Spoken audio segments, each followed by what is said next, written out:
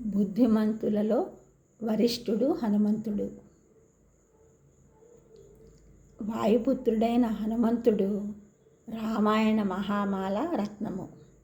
రామాయణ మహామాల మంత్రమునకు హనుమ రత్నము అంటే ముఖ్య శక్తి అన్నమాట. ఆయన జానకి దుఃఖమును పోగొట్టినవాడు. బుద్ధిమతాం వరిష్ఠుడు, శ్రీరాముని కీర్తి స్తంభము ఆయన. రామసుగ్రీవుల మైత్రిని అగ్నిసాక్షిగా జరిపించినది హనుమంతుడు. సీతాదేవికి హనుమంతునికి అశోకవనంలో జరిగిన సంభాషణము హనుమంతుని బుద్ధిమతం వరిష్ఠత్వము కనబడుతుంది.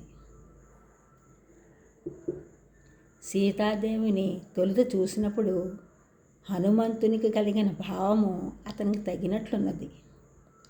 ఒక రాత్రి అశోకవనములో విశ్రాంతి తీసుకోమని సీతాదేవి హనుమంతునితో చెప్పినది.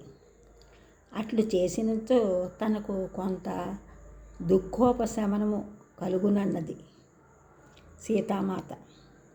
హనుమంతుడు రామునితో కలిసి తిరిగి రాగలడని ఆమె విశ్వసించినది.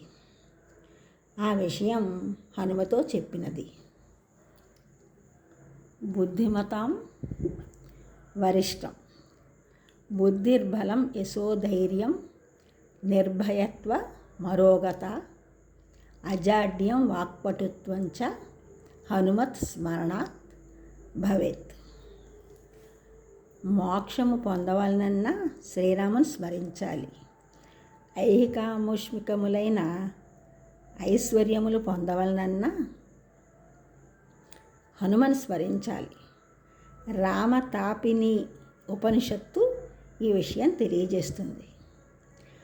ఆంజనేయస్వామి వాక్పటుత్వమును గమనించిన శ్రీరామచంద్రుడు ఇటువంటి మంత్రి ఉంటే చాలు, రాజ్యపాలన దిగ్విజయంగా చేయవచ్చును అని లక్ష్మణునితో చెప్పాడు అని రామాయణం ద్వారా మనకి తెలుస్తుంది. హనుమంతుని స్మరించడం వలన అవరోధాలు తొలగుతాయని మనకి ఈ శ్లోకం ద్వారా తెలుస్తుంది.